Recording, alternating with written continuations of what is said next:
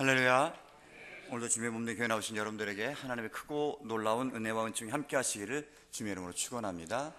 옆에 있는 분들하고 인사하도록 하겠습니다. 샬롬. 주의 평강이 가득하시기를 원합니다. 샬롬. 오늘 여러분들 함께 읽으신 말씀을 가지고 사명자라는 주제로 함께 은혜를 나누도록 하겠습니다. 같이 한번 따라하겠습니다. 사명자. 사명자. 우리 주님께서 하신 일은 가르치고 천국 복음을 전파하고 고치셨다라고 오늘 35절에서 우리들에게 말씀을 해주고 있습니다. 이 일을 통해서 많은 사람들을 구원에 이르게 하셨습니다. 그리고 주님께서는 이 일을 혼자 하시는 것이 아니라 제자들을 부르셔서, 그리고 일꾼들을 부르셔서 이 일을 함께 하십니다. 그래서 제자들을 찾으십니다. 제자들을 부르신 것이지요. 지금도 마찬가지입니다. 주님의 일을 감당할 자, 주님의 일을 해야 할 자를 찾고 계십니다. 그런데 많은 분들이 여러 가지 이유 그리고 여러 가지 핑계 때문에 그 일을 감당하지 못하고 부르심에 합당하게 서지 못하는 경우들이 참 많이 있습니다. 갈수록 더 그렇다라는 생각을 하게 됩니다. 열심히 해봐야 별 이익이 없고 교회가 또 이렇게 한마디씩만 하면 가만히 있으면 욕을 안 먹는데 열심히 일하면 욕을 먹게 되어 있습니다. 그리고 많이 힘이 들고 스트레스가 받게 되어 있습니다. 그러니까 그렇지 않아도 일주일 동안 세상에서 힘들어 죽겠는데 교회까지 와서 쉬어야지 이렇게 또 뭐 부대끼게 해야 되느냐, 또 사람들을 하고 또 부대끼고 이거 힘들다. 그래서 일을 안 하려고 합니다. 사명을 감당하지 않으려고 하는 것이지요. 여러분, 그런데 기억하시길 바랍니다. 사명이 없는 사람은 한 사람도 없습니다. 여러분들이 심지어는 세상에서 하는 직업들, 직장들을 가지고 일을 한다 할지라도 그 일들이 다 우리 하나님께서 여러분들에게 주신 사명과 연결이 되어야 할 것입니다. 주님께 여러분을 부르신 뜻에 그 일을 통해서 감당하는 그런 일터가 되고 직장이 되어야 될 줄 믿습니다. 항상 우리 하나님과 사명과 연결이 되어 있다 하는 말씀입니다. 그리고 또 이렇게 사명만 주는 것이 아니라 사명을 주시면, 그리고 그 주신 사명을 잘 감당하면 사명을 감당하는 자에게 주시는 축복도 허락해 주십니다. 제가 몸이 안 좋았을 때 병원에 있을 때였습니다.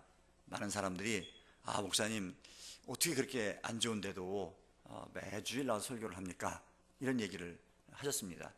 오늘 아침에 제가 올라오기 전에 한 15분 전쯤에 문자를 받았습니다. 저보다 1살인가 2살인가 어린 목사님인데 군포 쪽에서 목회를 하시는 분인데 얼마 전에 그 간암에 걸렸다고 그러더니 오늘 세상을 떠났대요. 그래서 화요일 날 장례를 치른답니다. 지금 이 시간이면 설교를 할 시간이거든요.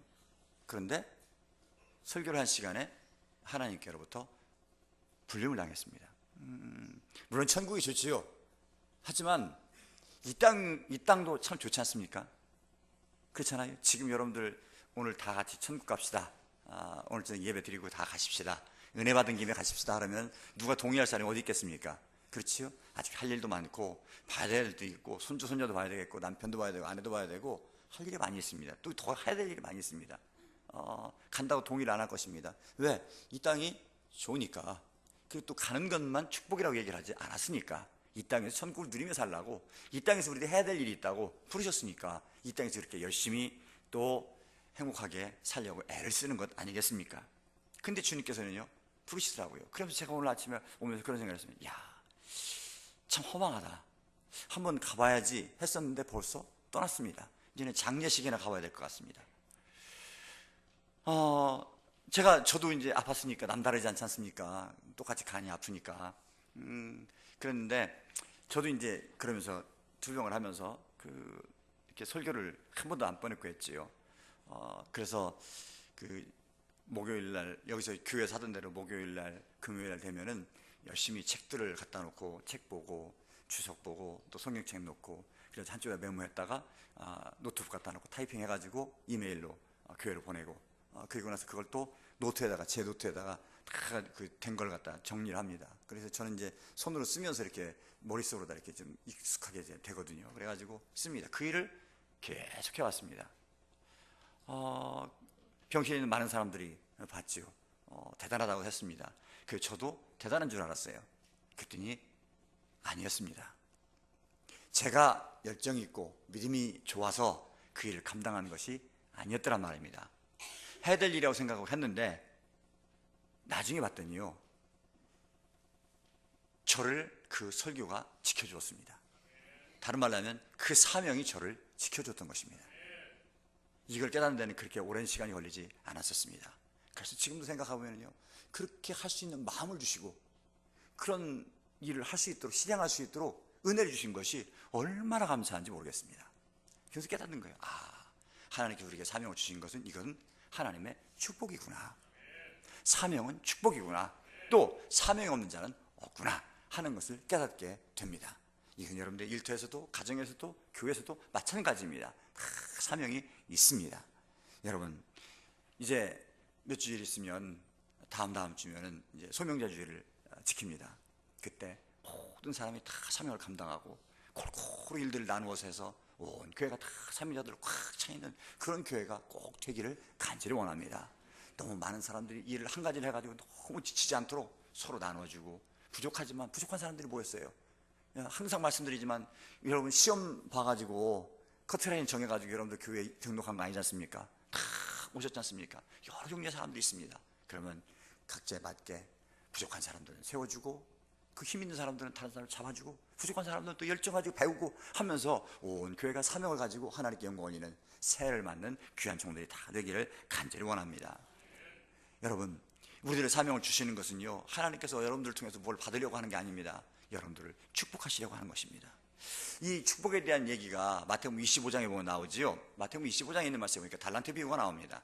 5달란트, 2달란트, 1달란트 받은 자들이 나오지요. 그런데 거기에 5달란트 받은 사람하고 2달란트 받은 사람하고 이렇게 칭찬을 합니다. 뭐라고 얘기하냐면, 그 주인이 이르되 잘하였도다, 착하고 충성된 종아, 내가 작은 일에 충성하였음에 내가 많은 것을 내게 맡기리니 내 주인의 즐거움에 참여할지어다 하고, 그 다음에 29절에 있는 말씀에 보니까 같이 한번 읽어보겠습니다. 29절입니다. 시작. 무릇 있는 자는 받아 풍족하게 되고 없는 자는 그 있는 것까지 빼앗기리라.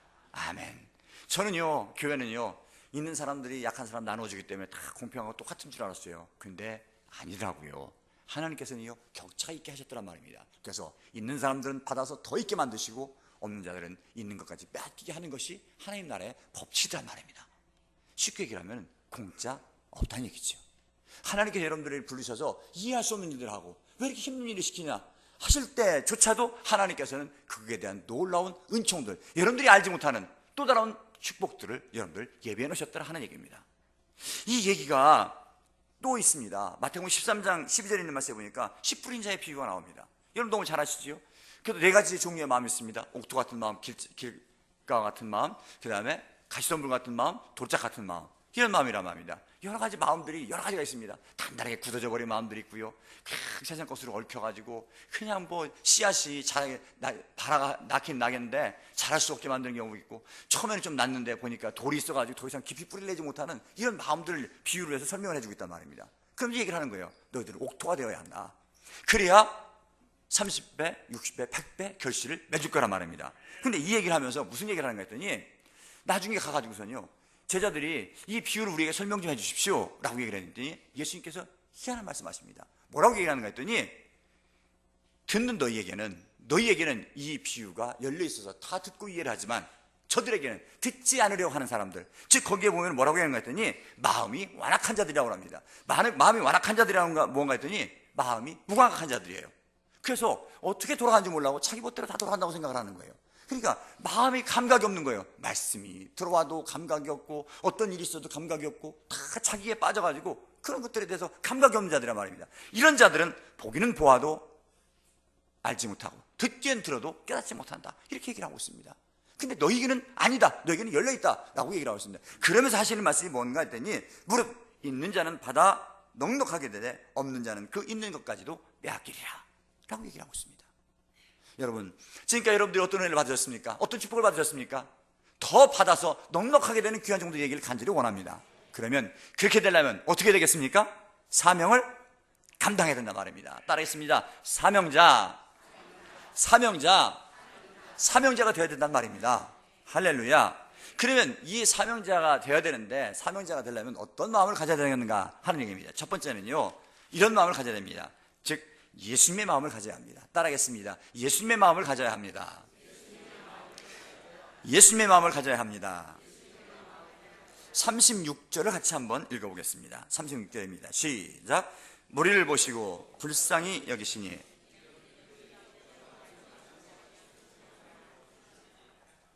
예수님의 마음은 어떤 마음인가 했더니 저들이 불쌍히 여겼어요. 무리를 보고. 근데 왜 불쌍히 여겼는가 했더니 저들이 목자 없는 양같이 고생하며 기진합니다. 너무 고생을 많이 하고 진이 빠져 있더란 말입니다. 이렇게 너무 힘들단 말입니다. 이런 자들을 보니까 불쌍한 마음이 생겼어요. 그게 무슨 말이냐, 불쌍한 마음이라면 어떤 마음이냐 했더니 이런 마음입니다. 저들에 대해서 안타까움을 가진 겁니다. 뜨거운 마음이 일어난 겁니다. 그래서 저들을 이 어려운 환경에서 내가 건져줘야 되겠다 하는 열정이 생겼단 말입니다. 그러니까 어려운 상태에 있는 것을 보고 그냥 있는 게 아니란 말이죠. 저들 갖다 이렇게 세워줘야 되겠다, 건져줘야 되겠다 하는 생각을 합니다. 왜 그렇습니까? 이때 당시에 이 무리들은, 예수님을 따라다니는 무리들을 대부분이 정말 힘든 사람이었습니다. 왜 그러냐면 권력자들로 인해서 수탈을 당하고 있습니다. 그리고 잘못된 지도자들에 의해서 죄인으로 그냥 결과가 되었습니다. 이 사람들은요, 하나님의 자녀 유대인이라고 하지만 이들이 하는 일들이나 사는 환경이라든가 이 사람들은 의로운 자가 될 수 없습니다. 율법을 충족시키며 살 수 있는 사람들이 아니란 말입니다. 그러니까 죄 중에 태어나가지고 평생 죄 가운데 살다가 죄인으로 죽는 거예요. 그게 항상 둘려있는 겁니다. 어떤 사람들은 의로운가 했더니 율법을 지키는 사람들, 바리새인과 서기관들, 이 사람들만 한 말입니다. 이 교권주의자 때문에 눌려가지고 신앙적으로 하나님을 제대로 유대인이지만 찾지를 못하고 있는 자들이었습니다. 또 한 가지는요, 이런 사람들이 건강이라도 했으면 좋겠는데 건강하지 못하고 약하고, 그래서 다른 사람들한테 우습게 여겨지는, 그래서 정말 보잘것없이 여겨지는 이런 마음 가운데, 이런 모습 가운데 있더란 말입니다. 이들의 모습을 보시니까 주님의 마음 가운데 불쌍한 마음이 들었단 말입니다. 그 진짜 9장에 있는 말씀에 보니까요, 우리 주님께서 이런 자들을 이렇게 세워주십니다. 그래서 귀신 들린 자들, 질병에 걸린 자들, 중풍에 걸린 자들, 이런 자들을 다 이렇게 세워주시는 일들, 그들에게 찾으셔서 그들을 치료하시고 고치시고 그들에게 복음을 전파하는 일들, 이 일들을 계속해서 하신 것이 9장에 쭉 나와 있습니다. 그래서 우리들은 깨닫는 거예요. 우리도 이 마음이 있어야 되겠구나. 성도들에 대한, 그리고 이렇게 눌려있는 자들에 대한 이 마음이, 이 불쌍히 여기는 마음, 이 긍휼의 마음이, 이 예수님의 마음이 내 마음이 되겠구나 하는 생각이 듭니다. 여러분, 주님이 정답입니다. 주님의 마음을 갖는 여러분 되기를 간절히 원합니다. 무조건 감싸주는 마음, 불쌍히 여기는 마음들, 이리저리 눌려있는 것을 보고 그 배후에 있는 아픔들을 보고 그들을 향해서 따뜻하게 손 내밀 수 있고, 큰 건 할 수 없지만 따뜻한 유래말을 하고 따뜻한 눈길을 한번 보내고, 그래서 그들이 우리를 만났을 때 정말 주님을 만난 것 같은, 왠지 모르게 내 마음 가운데 휴 하는 마음이 들고 안심하는 마음이 들 수 있도록 그렇게 할 수 있는 그런 성도들, 그런 교인들, 이것이 예수님의 마음을 가진 자들의 아름다운 모습이라는 얘기입니다. 여러분, 왜 이렇게 해야 되는가 했더니 우리도 사실은 이 일 이렇게 해서 양육을 받았습니다. 우리 주님이 그러셨듯이 주님의 모습이 되어서 많은 사람들이 우리들을 갖다 전도했고요, 나가기 싫을 때, 아직 무언가 예수 믿는 것이 뭔가도 알지 못할 때, 큰 교회 나오기 싫을 때 그때도 욕먹는 줄 알면서도 또 가가지고 전도하고 가지고 또 얘기를 하고, 분명히 서운할 텐데 그런 표시 하나 우리에게 다가왔던 그런 사람들, 예수님의 손길에서 우리에게 다가왔던 그 사람들을 통해서 우리들이 여기까지 왔다는 얘기입니다. 이렇게 예배 자리까지 왔단 말입니다. 이제는 우리가 그 일을 해야 된단 말입니다. 예수님의 마음을 가져야 된단 말입니다. 할렐루야. 사랑하는 성도 여러분, 주님의 마음이 여러분의 마음이기를 간절히 원합니다. 많은 사람들이 사명을 감당하다 실망을 합니다. 그리고 낙심을 합니다. 그래서 이맘때쯤이면 내년엔 내가 절대 안 하리라, 이건 그만하리라, 이렇게 생각을 해요. 여러분 가운데도 그런 마음이 있는 분들이 있을지도 모르겠어요. 여러분, 다시 한번 여러분의 마음을 돌이키시길 간절히 원합니다. 주님을 보십시오. 주님을 보십시오. 그리고 생명을 얻는 복된 종도 되기를 간절히 원합니다. 제가 이렇게 보면은요, 다들 힘들게들 살고 있습니다. 그래서 그냥 직장에서 시달리고 일들 하는 게 안타깝고, 어떤 때 보면은요 가슴이 아파가지고, 저는 금요일에도 말씀드렸습니다만 그냥 성도들이 있는 어려움, 저런 얘기들을 듣고 그러면요 가슴이 아파가지고서요 잠을 못 이루는 거예요. 지난 금요일도 말씀드렸는데 그냥 어려운 분들이 있어요. 그래서 그분들을 위해서 새벽에 일어나가지고 같은 시간에 물을 굽습니다. 기도를 합니다. 쭉 하나님 그러면서 사도 바울이 고백했던 그 고백을 떠올리는 거예요. 하나님, 내가 잘못해서 성도들이 이렇게 어렵습니까? 제가 잘못해가지고 이렇게 어려움을 당하는 건 혹시 아니겠습니까? 주님 용서해 주시고, 지난 오후에 예배도 말씀드렸죠. 제가 그만큼 많이 힘들었지 않습니까? 많이 어려웠지 않습니까? 이제 우리 성도들은 그런 어려운 가운데 빠지지 않게 하옵소서. 막 간절히 기도합니다. 그래서 이제 내 아픔같이 그렇게 기도하고, 그리고 무슨 좋은 일이 있다고 그러면 그렇게 매일같이 좋아가지고 너무 감사한 거예요. 너무 감사한 거예요. 그런 모습을 봤습니다. 여러분, 그래서 힘든데 또 교회까지 하라고 그러면은요, 어떤 분들은 짜증 낼 수도 있고, 어떤 분들은 목사님은 내 사정을 모르니까 그러지 얘기를 할 수 있습니다. 압니다. 근데 여러분, 사정을 알고 다 받아주고 그냥 일하지 말고 교회 예배만 딸랑 나서 들으십시오 하고 싶은데, 그렇게 되면 여러분들의 신앙이 제대로 성장하지를 않습니다. 꼭 기억하시기 바랍니다. 우리들이 헌신하고 땀을 흘리고, 어떤 때는 막 힘들고 의견이 달라가지고 서로 자기 의견하고 막 얼굴을 붉힐 때도 있고 여러 가지 모양들이 있지만, 그러면서도 함께 맞춰나가고, 어떤 때는 양보도 하고, 어떤 때는 내가 오르면 양보도 받아내고 하면서 맞춰나가는 거예요. 이러면서 서로 창성해 가더란 말입니다. 성장해 가더란 말입니다. 이게 또 식구예요. 우리 함께하는 식구들이 그런 거 아니겠습니까? 여러분, 여러분의 가족들 있을 때 우리는 우리의 가족이고 한 배에서 나왔고 한 가족이니까 그냥 처음부터 이만큼, 2살 먹었으면 이만큼, 3살 먹을 때는 이만큼, 10살, 20살, 50살 뭐 이렇게 할 때는 탁탁 단계에 따라 그렇게 왔습니까? 아니잖아요. 그 단계에 따라서요, 어릴 때는 그러지만 나이 먹어도 마찬가지예요. 또 섭섭하고 속상하고 막 부대끼더란 말입니다. 그런데 여전히 함께해요. 그러면서 점점 더 아름다운 가정을 가꾸어져 가더란 말입니다. 그 생명들이 소생하더란 말입니다. 왜? 식구니까. 우리 성도들 식구란 말입니다. 할렐루야. 그리고 이 식구들 대하는데 무슨 마음? 예수님의 마음을 가지고 대하고, 그래서 어떤 때는 힘이 들어 하는 사람들 이렇게 세워주고, 그리고 내가 힘이 있으면은 그들을 함께 도와주고 해서 함께 나가는 것, 이것이 사명자의 일이고, 이것이 예수님의 마음을 가진 자들의 모습이고, 이것이 교회를 이룬 자들의 모습이라 하는 얘기입니다. 할렐루야. 여러분, 이 믿음 가운데 굳게 거하는 종들이 다 되기를 간절히 원합니다. 우리 주님께서는요, 유다의 배신을 알았습니다. 제자들이 마지막에 십자가 달릴 때 다 도망갈 거 알았습니다. 근데 우리 주님께서는요, 그들의 발을 씻겨주십니다. 그리고 저들에게 마지막 만찬을 베풀어 주십니다. 십자가에 아무도 없었습니다. 다 도망갔습니다. 몰랐을까요? 알았습니다. 나중에 부활하신 주님을 제자들이 만났습니다. 이제는 예전의 말씀을 기억하고 이제는 갈릴리에 가서 주님 오실 것을 기다리지 않겠습니까? 근데 이 사람들 얘기하는 거 보니까 나는 고기나 잡으러 가겠다 하고 가서 고기를 잡고 있습니다. 우리 같으면, 말씀을 간직하고 있는 우리 같으면 어떻게 하겠습니까? 주님 언제 오시려나, 이제 오시려나, 저제 오시려나, 내가 우리 주님 다시 올 때 옛날에는 못했지만 이제 그래서 식사라도 함께 잘 대접해야지 하면서 그냥 눈 빠지게 기다리고, 기도하고 찬송하며 기다리고, 막 통성 기도하고 막 기다리고 그랬을 것 같아요. 근데 이 사람들이 안 그랬습니다. 누가 차려줬습니까? 주님이 차려줬습니다. 밤새도록 엉뚱한 짓 하고 있는 그들을, 야, 저쪽에 넣어봐라. 고기를 그물 넣으니까 그게 고기가 잔뜩 잡혔습니다. 금방이 할 정도 했어요. 그리고 와서 얘기를 합니다. 와라, 아침 먹어라, 아침 먹어라. 여러분, 인간적으로 생각해도 스승이 밥을 차려주는 건 말이 안 되지 않습니까?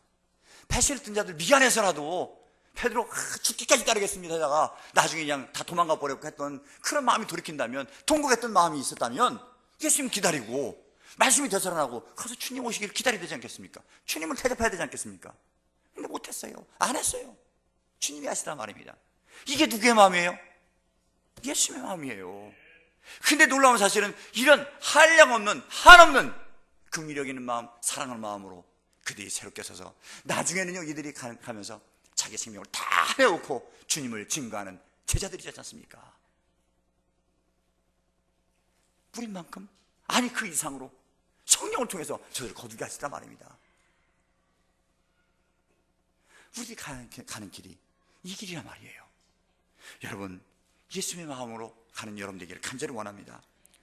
우리 하나님 앞에 서서 사람 앞에 서면 100이면 100번 다 실패합니다. 다 낙심합니다.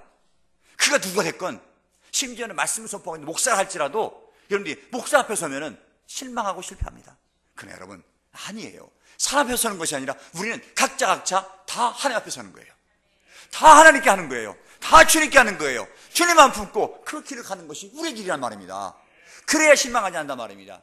그래야 낙담하지 않고, 그래야 여러분들이 예수님의 손길이 되고 예수님의 발길이 되어서 예수님의 마음이 되어서 수많은 생명들을 살려내고 주님 오실 때까지 정말 생명의 공동체, 무슨 사람들이 오기만 하면 생명을 소생하는 새로운 삶을 사는, 천국을 누리게 하는 그런 공동체, 그런 교회가 될 수 있단 말입니다. 예수님의 마음을 갖는 복된 영혼들이 다 되기를 간절히 원합니다. 이게 사명자예요. 이 마음이었었나 돌아보시길 바랍니다. 지난 1년 동안 하는 동안에 이 사명자의 마음, 예수님의 마음이었는지 돌아보시길 간절히 원합니다. 두 번째는요, 순종하는 마음을 가져야 합니다. 따라하겠습니다. 순종하는 마음을 가져야 합니다. 순종하는 마음을 가져야 합니다. 사명자가 가져야 될 마음이지요. 예수님께서 우리를 보시고 불쌍히 여기셨습니다. 그리고 제자들에게 명하십니다. 추수할 것은 많은데 일꾼이 적으니 추수한 일꾼을 보내주소서라 라고 기도하라고 얘기를 합니다. 이것이 37절, 38절에 나와 있는 말씀입니다. 그리고 나서 우리 주님께서는요, 12제자를 부르십니다. 10장 1절에 나오는 말씀 아니겠습니까? 10장 1절을 같이 한번 읽어보겠습니다. 같이 읽겠습니다. 시작. 예수께서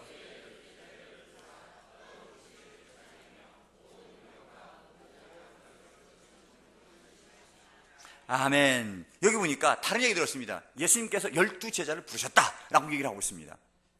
이 간단하게 정리되어 있는 이 말씀을 보면서 참 많은 생각을 하게 되었습니다. 뭔가 했더니 우리 주님께서 제자들을 부르실 때 그들을 설득하고, 야, 한번 일해볼래? 나 한번 따라와 볼래? 그러면 너 축복이 많단다. 안 따르면 너 혼난단다. 이렇게 안 하셨어요. 부르셨어요. 그냥 부르셨어요. 이 모습이 어디서 또 나오는가 했더니 죄를 사할 때 이런 모습이 나오더라고요. 그 앞에 있는 메시아의 모습을 보이는 때 9장 2절에 있는 말씀을 보니까 이렇게 얘기를 합니다.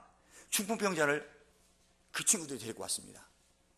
이 침상에 놓은 중풍병자를 침상째 들고 왔는데 그 들고 온 자들의 믿음을 보시고 우리 주님께서 말씀을 하십니다. 뭐라고 얘기를 하는가 했더니 이렇게 얘기를 합니다. 그들의 믿음을 보시고 중풍병자에게 이르시되 작은 자야 안심하라 내 죄 사함을 받았느니라 얘기를 합니다. 주변에 있는 자들의 믿음을 보시고 저를 구원해 주셨습니다. 선포를 하십니다. 내 죄 사함 받았다 얘기를 하십니다. 그리고 또 이런 얘기가 나옵니다. 나중에 보면은요, 22절에 있는 말씀을 보니까 여기는 뭔가 했더니 혈루증 앓는 여인이었습니다. 12년 동안 온갖 방법을 동원했지만 이게 병이 낫질 않아요.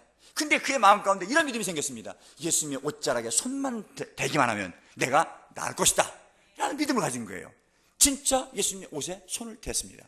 여러분, 이 사람은요, 이렇게 해서는 안 되는 사람입니다. 율법에 의하면 이 사람은 사람들 많은데 가서도 안 되고요, 다른 사람들의 옷에 손을 대어서도 안 됩니다. 왜? 부정한 자이기 때문에 절대로 안 되게 되어 있습니다. 근데 이 마음 가운데 이런 마음이 있으니까 몰라가지고 손을 만진 거예요. 이 사람들의 율법에 의하면, 이 사람들의 말씀의 법에 의하면 절대로 나을 수 없는 거예요. 근데 그의 마음 가운데 그 믿음이 생겨서 손을 댔고 나았습니다. 그리고 나서 예수님께서 나셨죠. 그러면서 여인에게 말씀을 하십니다. 딸아 안심하라 얘기합니다. 딸이라고 부르십니다. 딸이라고 부르셔요. 누구의 딸이 됐다는 거예요? 하나님의 자녀가 됐다는 거예요. 세상 사람들은 그를 인정하지 않았지만 우리 하나님께서는 너를 딸로 인정했단 말입니다. 안심하라 내 믿음이 너를 구원하였다. 할렐루야. 선포를 하십니다. 구원에 관해서는요, 다른 여지가 없습니다. 그냥 널 구원받았다, 내 믿음이 너를 구원했다 라고 얘기를 하면서 안심하라고 선포를 하고 있습니다. 이렇게 담대하게 선포합니다. 그런데 제자들을 부를 때 이런 담대함으로 제자들을 부르시단 말입니다. 미사유가 필요 없다는 말입니다. 그냥 부르신 거예요. 할렐루야. 여기서 우리는 깨닫는 거예요. 사명은 내가 할만하다고 해서 원해서 하는 것이나 내가 하고 싶은 일을 하는 것이 아니라 주님의 부르심에 응답하는 것이고, 내가 원하는 것이 아니라 주님이 원하시는 일을 하는 것이라는 얘기입니다. 여러분들의 자의지를 갖다가 완전히 묵상을 만들고 이제 필요 없다 이런 얘기를 하는 게 아닙니다. 이 모든 것들을, 지정의의 모든 감동들을 여러분들 다 동원하겠죠. 그래 여러분 분명히 기억하십시오. 그 근본은 주님이 부르심이고 주님이 원하시는 일이란 말입니다. 여러분이 사명을 감당할 때에 이 믿음과 이 마음이 있기를 간절히 원합니다. 하나님이 부르신다면 어디든지 가는 믿음, 이 믿음이 여러분의 믿음이 되기를 간절히 원합니다. 어떤 경우에는 그래요. 내가 해보니까 안 되던데요. 아닙니다 라고 얘기를 합니다. 제가 여러 이제 연말이 되면 굉장히 예민해집니다. 이제 다른 분들도 마찬가지요. 그러면은 어떻게 배치를 해야 되나, 어떤 분들이 가서 일을 하는 게 좋을까? 그래서 조언을 구하기도 하고 평소의 모습을 보기도 하고 하면서 이제 일꾼들을 세워나가거든요. 이게 이제 보통 일이 아닙니다. 정말 많이 스트레스를 받는 일입니다. 그래서 어떤 경우에는 원치 않는데 이렇게 하라고 부탁을 하는 경우도 있고 그런 경우들도 있지요. 그래서 이런 생각을 했습니다. 우리 성도들에게 그런 믿음들이 있다면 얼마나 좋을까? 그래서 순종하는 믿음이 있으면 얼마나 좋을까 하는 생각을 합니다. 여러분, 우리들이 주님의 일을 하다가 잘 안 되면 낙담을 하지요. 나는 이 일이 아닌 모양이다 라고 생각을 한다거나 주님이 부르신 것이 아닌가 라는 생각을 합니다. 왜 그런가 했더니 성과가 없잖아요. 어떤 성과가, 눈에 보이는 가시적인 성과가 있어야 되고 잘한다는 얘기를 들어야 됩니다. 근데 그게 안 되는 것 같아요. 근데 여러분 기억하시기 바랍니다. 우리 주님이 하시는 일, 우리들의 눈으로 볼 때 성과 있게 일하셨고 했다면 십자가에 달려 돌아가셨겠습니까? 우리의 육신의 눈으로 보면 예수님은 실패한 분입니다. 왜? 마지막에 십자가에 달려 돌아가시는 제자들 하나도 없었습니다. 다 도망가 버렸습니다. 없지 않습니까? 그냥 십자가에 달려 죽으셨어요. 죽는 게 무슨 잘한 겁니까? 실패한 거지요. 근데 우리는 예수님이 하신 일을 실패라고 합니까? 아니지 않습니까? 실패라고 생각하는 그 자리, 십자가의 자리, 가장 낮은 자리라고 생각했는데 아무것도 된 것이 없다고 생각했는데 우리 하나님께서는 그 자리에서부터 부활의 놀라운 역사를 일으키시라는 얘기예요. 그래서 주님의 일에는 실패도 없습니다. 낙담도 없습니다. 꼭 기억하시길 간절히 원합니다. 주님의 부르심에 묵묵하게 가는 거예요. 주님이 나를 부르실 그때까지 묵묵하게 주의 길을 가는 거예요. 사명자의 길을 가는 거예요. 이것이 우리가 가야 될 길이란 말입니다. 이것이 순종하는 자의 마음이라 하는 얘기입니다. 여러분, 만약에 내 마음이 들지 않는다 할 때는 얘기를 해야 되겠죠. 설득을 해야 되겠죠. 그리고 그래도 안 될 때는 내 자신이 나를 설득해야 됩니다. 왜 나를 부르셨을까? 내 뜻대로 안 되는 일이 있을 때 왜 나에게 이런 일들을 주실까? 왜 이렇게 안 될까? 하고 나에게 질문하고 기도하고 그 주님에 대한 답을 드려야 됩니다. 하나님께 답을 드려야 돼요. 그리고 하나하나 해결해 나가야 된단 말입니다. 그리고 나 자신을 설득해 나가야 된단 말입니다. 여러분 꼭 기억하시길 간절히 원합니다. 주님께서 부르신 것입니다. 주님께서 원하는 일을 하는 것, 이것이 사명자의 길이란 말입니다. 그 뜻에 순종하는 것, 이것이 사명자이지요. 또 한 가지를 가르쳐 주십니다. 우리 주님께서는요, 구원이 필요한 자에 가셨습니다. 이 사람이 구원이 필요하다, 어려운 까지 내가 저를 갖다가 도와줘야 되겠다, 저를 이렇게 세워야 되겠다, 도저히 안 되겠다 생각하는 그들을 향해서 가셨습니다. 여기서 깨닫는 것이 있습니다. 뭔가 했더니 은혜를 베풀고 사랑을 베푸는 주님이 주체가 아니라 받는 사람이 주체더라는 얘기예요. 그 사람의 필요한 것들을 채워주더란 말입니다. 할렐루야. 여러분, 우리들은 그 사명자의 길을 가다가 나와 함께 할 사람이 없고 알아주는 사람도 없고 기댈 사람도 없고 나와 함께 하면 나도 열심히 할 텐데 이런 생각하는 경우들이 있습니다. 그런 생각이 드는 때가 있습니다. 여러분, 근데 여러분 분명히 기억하시길 바랍니다. 그런 마음이 들었다는 것은 이미 여러분들은 상당한 수준에 있는 거예요. 여러분들 향해서 누가 다가와서 그 일을 해야 되는 것이 아니라 이 마음을 가진 그분들이 아직 아무것도 알지 못하는 사람들, 정말 힘이 어겨운 사람들, 그 사람들을 향해서 다 가야 된단 말입니다. 그리고 그들을 일으켜 세워야 된단 말입니다. 그리고 이렇게 할 때 하나님께 우리에게 능력을 주시고 힘을 주십니다. 성경 공부하는데 제가 지구장님들을 성경 공부를 했습니다. 그리고 전달 교육을 하라고 했습니다. 그래서 제가 얘기를 했어요. 뭐라고 얘기를 했는가 했더니 제 경험에 의하니까 내가 배울 때보다 가르칠 때가 훨씬 더 은혜가 넘쳤습니다. 그래서 가르치라고 그랬어요. 그래서 질문했어요. 어떻습니까? 배울 때가 은혜가 넘칩니까? 가르칠 때가 힘이 넘칩니까? 그랬더니 한결같이 가르치는 것이 훨씬 더 은혜가 넘칩니다. 힘은 들지만 은혜가 되더라는 거예요. 깨닫는가? 힘들지만 사명을 감당할 때, 그때 하나님께서 은총을 주시고 능력을 주시고 하나님 놀라운 축복을 허락하시는구나 하는 것을 깨닫게 됩니다. 여러분, 예수님의 마음을 가진 주님의 부르심에 순종한 자에게 하나님께서는 권능을 주신다고 오늘 본문에서 분명히 말씀해 주고 있습니다. 여러분, 오늘 본문에 보세요. 예수님의 제자들을 부르셨습니다. 그리고 그들에게 아무 요구 조건 없이 더러운 귀신을 쫓아내며 모든 병과 모든 약한 것을 고치는 권능을 주셨다, 능력을 주셨다 라고 얘기를 하고 있습니다. 부르시고 그 사명을 감당하는 자들에게 능력을 주셨다는 얘기입니다. 오늘 우리에도 유효합니다. 하나님께 부르실 때는 그 사명을 감당할 수 있는 능력을 분명히 주실 줄 믿으시길 바랍니다. 그냥 무조건 시켜서 여러분들 진 빠지게 하고 힘 빠지게 하지 않는단 말입니다. 꼭 기억하십시오. 어떤 때는 이해가 되지 않을지 모르겠습니다. 왜 내가 이렇게 무거운 짐을 지고 해야 되나? 아닙니다. 기도하면서 가십시오. 때로는 주변 사람에게 도움을 구하십시오. 그리고 그 일들, 그 하나님께 주신 사명들을 완수해 나가보십시오. 그러면 한 걸음 한 걸음 나가는 때마다 하나님께서 우리들이 알지 못하는 놀라운 은총들을 내려주실 줄 믿습니다. 또 능력들을 허락해 주실 줄 믿습니다. 꼭 기억하시길 바랍니다. 여러분, 우리 주님께서 능력이 없어서 여러분들을 세우십니까?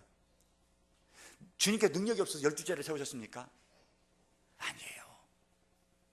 우리를 부르신 것은, 제자들을 부르신 것은 하나님의 나라의 특별한 사명자로, 축복을 줄 자로 우리를 부르셨다는 얘기입니다. 바꿔 얘기하면 꼭 기억하는 여러분 되기를 간절합니다. 그 사명을 잘 감당하고 하나님을 진정 영화롭게 하는 복된 종들이 다 되시기를 주님의 이름으로 축원합니다. 하나님께서 반드시 여러분 지키시고 인도해 줄 줄 믿습니다. 이제 문제가 있으면 함께 의논하고 얘기를 하면서 또 다른 길을 찾는 거예요. 활로를 찾는 거예요. 그래서 하나님께서 역사를 이루어 주시고 하나하나 세워주시는 놀라운 애들을 꼭 바라보시고 그 은총을 누리는 여러분 되기를 간절히 원합니다. 우리들이 해피데이를 할 때 얼마나 힘이 들었습니까? 매주 수요일마다 모여가지고 하고 애를 쓰고 수고를 했습니다. 물론 별로 안 한 사람도 있지만 여튼 수고를 했습니다. 그러고 났더니 하나님께서 열매를 주지 않습니까? 결실을 주지 않습니까? 이것이 하나님께 우리에게 주신 은혜의 선물이란 말입니다. 그리고 보이는 것만큼 보이지 않는 것이 훨씬 더 큰 축복이 여러분들에게 임한 줄 꼭 기억하고 믿으시는 여러분들에게 간절히 원합니다. 그래서 정말 사명자로서 아름답게 승리한 복된 종들이 다 되기를 간절히 원합니다. 여러분들이 여러 가지 교사들도 있고 아니면 구역장님들, 지구장님들, 또 각 신도의 임원들, 그리고 또 찬양단, 성가대 할 일들이 참 많이 있지 않습니까? 여러분 감당하십시오. 하나님의 은혜가 여러분들과 함께 할 줄 믿습니다. 넘치는 축복으로 채우실 줄 믿습니다. 같이 기도하겠습니다.